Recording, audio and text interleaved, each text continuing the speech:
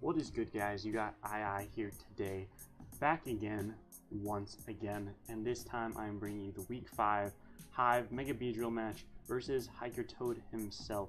Now, if you guys want to check out the team builder will be in the description below, but without further ado, let's just hop right into the match.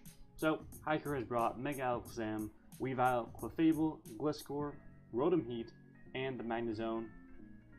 So, looking at the match, the way I see myself winning is with either Mega Altaria Dragon Dancing up and cleaning up with the Facade, or Autotomizing with the Celesteela and pretty much wrecking everything in his path. But in order to do that, I need to weaken Rotom Heat to the point where Celesteela can kill it.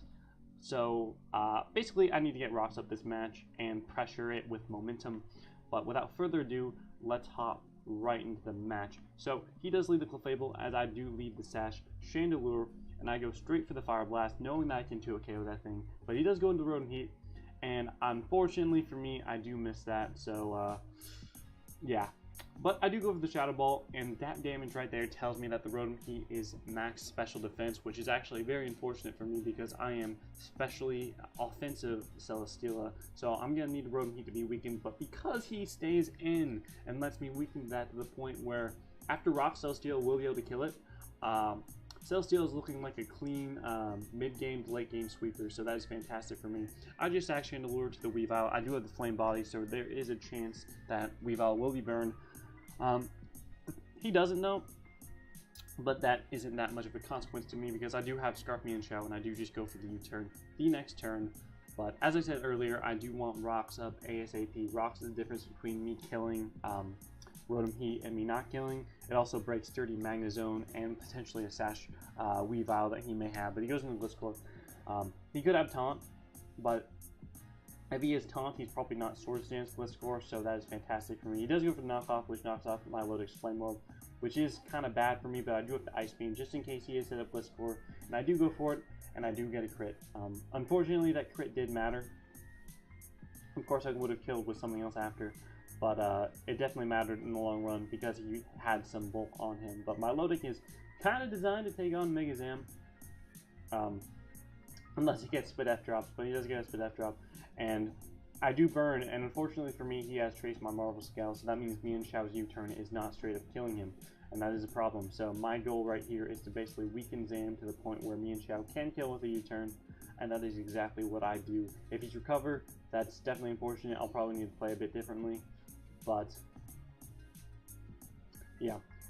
Keeping on, okay, so I go for Scald, as I said earlier, to just keep putting him in range of the me and Xiao's U-turn. But at this point in the game, it looks like Milotic could actually still wall him, surprisingly. So I do go for the Haze there just to get rid of that special defense drop. And now I can go for the Recover here and basically spam Recover alongside him.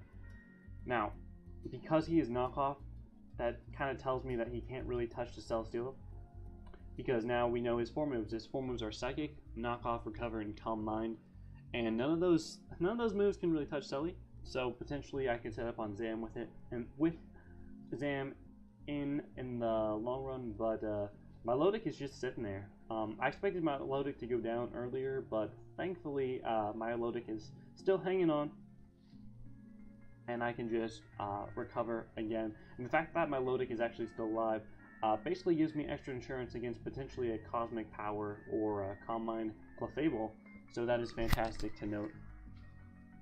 But I think Hiker got a bit greedy, thinking he could Calm Mind sweep me, but unfortunately for him, Milotic is able to sit there because he gave me the opportunity to just spam Haze and Recovers and Scalds and whatnot.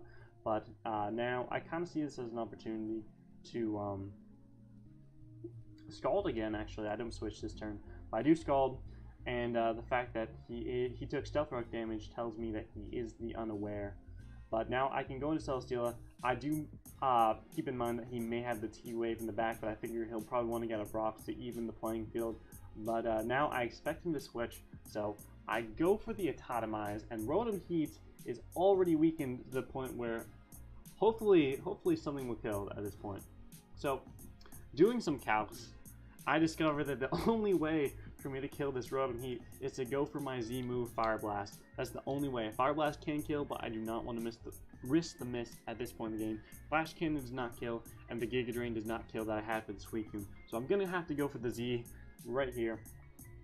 And the fact that I'm going for Z right now basically gives me an opportunity to miss a Fire Blast in the Magna Zone later on, which is what he tries to go for. Do I connect is the question. I do connect.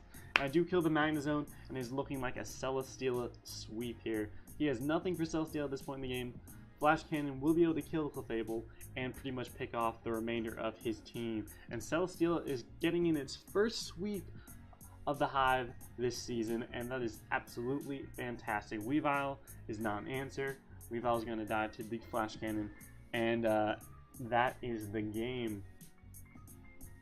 So I think I played that pretty well. I maybe could have played better with the Milotic. Not sure how though, but potentially could have played that around better instead of a bit earlier. But it definitely worked out in the in-game. Now,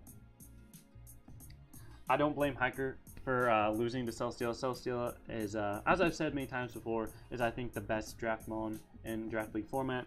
Again, it can do so many things. I think he over-prepared for defensive, or especially defensive Celesteela, and I think that was his downfall, because you always got to prepare for both types of sets, which is why I think it's such a threat. But regardless, thank you guys for watching, and stay tuned for more Hive content. Peace.